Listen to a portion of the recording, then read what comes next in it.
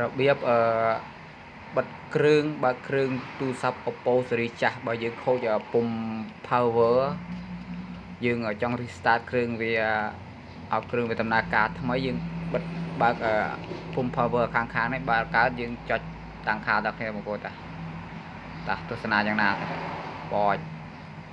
ទៅមកអូសវាទៅកន្លែងណាទេនេះតាំងខា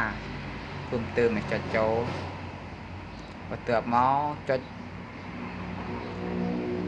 ចូលការជួយសម្រងខោធឹងនេះចុចចូលកម្មវិធីនេះពឹបទៅមកចូលមេនូជួយរើពិសេសចុចចូលនេះពឹបណាវាណែយើងចុចបិទវិញមកឲ្យបិទទៅមកចុចបើកកន្លែងនេះវាឲ្យនេះទេវាកន្លែងនេះវាត្រូវឲ្យបិទវាបើកវាបើកបានតែថតអ៊ីក្រង់ឲ្យកើតកន្លែងហ្នឹងហើយវាចេញរូបនឹងក្រោមហ្នឹងណាចាំខ្ញុំថតអ៊ីក្រង់ឲ្យមិត្តពីលើទៀតចាំទស្សនាដល់គ្នាបាទហ្នឹងហើយបងប្អូនដល់ចំណុចហ្នឹងទៀតឲ្យថតកញ្ចក់មិនទេបងប្អូនណាចុចនេះមកវាឲ្យចុចទុកលងនេះក៏ចេញរូបនៅខាងក្រោមនេះចុចទៅចេញរូបនៅក្រោមនេះ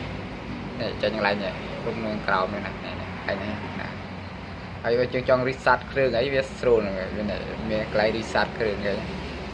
យើងចេញកន្លែងនេះវាលោយ៉ាងដល់ពុំយើងវាខូចខាងនេះវាខូចហើយអាហ្នឹងយើងចង់ restart គ្រឿងអីអាហ្នឹង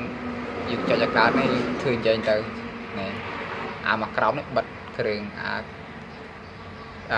ខាងលើនេះ start វាបិទគ្រឿងហើយវាបើកគ្រឿងខ្លួនវាវិញនេះបើក្រោមបិទរហូតបិទអាក្រោមខកណាយកអានេះខូចហើយមានតែប៉ុណ្្នឹងបងប្អូនណា